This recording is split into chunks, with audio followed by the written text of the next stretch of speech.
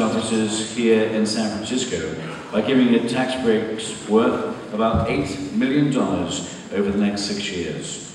What is your plan to provide incentives to small businesses, which are cumulatively the lifeblood of our local economy, to locate, remain, and thrive here in our city? Mayor Lee.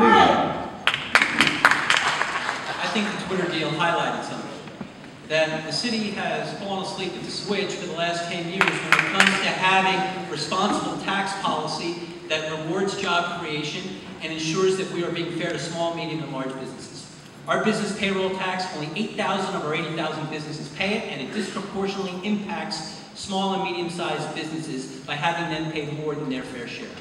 That's why I've said on day one as mayor, I will convene a tax summit, bringing city leaders, community leaders, and business leaders together to put together a new business tax system to put on the ballot in November 2012 that is fair to small and medium-sized businesses and rewards job creation. We're also providing us with a steady revenue stream so we can fund services that are important. Second of all, small businesses. 90% of our businesses, the city needs to put its money on the wood. We have a small business revolving loan fund that we have that needs to be dramatically expanded because small businesses' greatest challenge is access to capital. And we have never had a default on our small business revolving loan fund. We need to dramatically expand the funding of it so we can, number one, provide capital to small business owners who are struggling, but send a message to small business that you have a partner in city government that is going to work with you to help create the engine of job growth that ensures that we can have the diversity in San Francisco that we all want. It is incredibly important.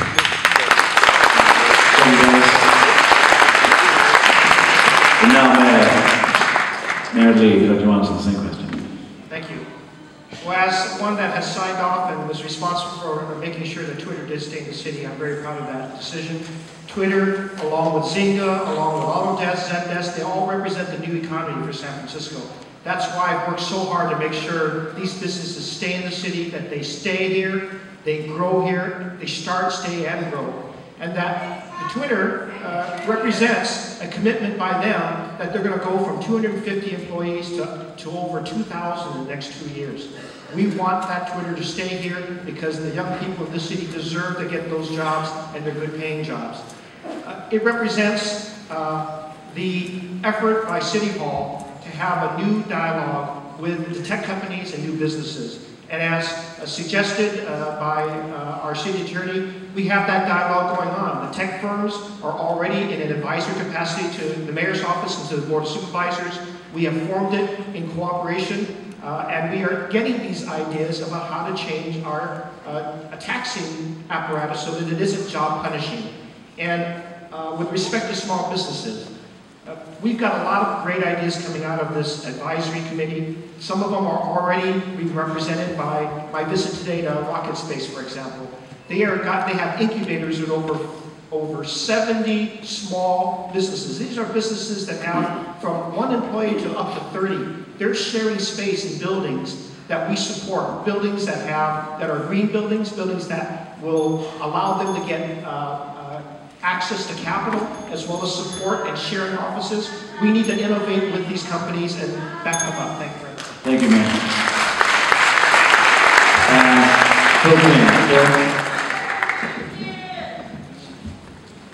I agree with a lot of my colleagues what they were saying. I think the payroll tax is a tax on jobs, and unfortunately it's something that we do need to get rid of. But for all the agreement we have on that, we still haven't been able to get rid of it, because it's $300 billion of revenue to San Francisco. And during a budget crisis, we actually need the money. So I'd love to challenge all of you. Join me in that discussion. Join us on Reset San Francisco and tell us how you would get rid of the payroll tax if you don't like it, and how you would be able to substitute that $300 million back into our budget.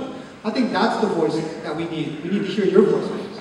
A couple of years ago, I worked with Mayor Newsom to open up our first foreign trade office in China, called China SF.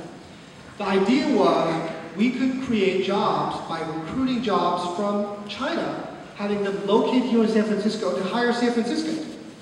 It's worked so well with very little money from the city that we now have 12 companies in the last 2 years during the worst recession since the Depression. We've created 150 jobs since then. We should be able to do the same thing for small businesses. We have a small business office that only has 2 people in it. What if we could take people from all around the city, from different departments, put them into small business, and they could serve as concierges? They could help a small business get a permit. They could help a small business navigate the tax system. They could help a small business help navigate our complex bureaucracy.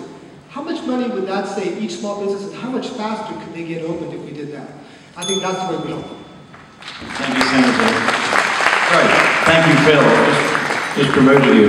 Now the Senator. Senator Yee. The agreement with Twitter, I will tell you, reverberated throughout the neighborhoods and the business districts, community neighborhood business districts throughout San Francisco. I visited neighborhood commercial districts, and those small businesses said, why in the world are we giving a tax break to Twitter when we small businesses have been there for years and years and City Hall has never done anything for us? What about us? And so what I would say to small businesses, that you are in fact the lifeblood of this city. So many times people say how the dollars that you generate recycle through your communities time and time again. And that is a benefit that no other company will ever give to San Francisco. And so what should we do? We ought to look at the fees that we charge you and whether or not we should somehow reduce those fees and make it a lot more profitable for you to work and live and grow in San Francisco.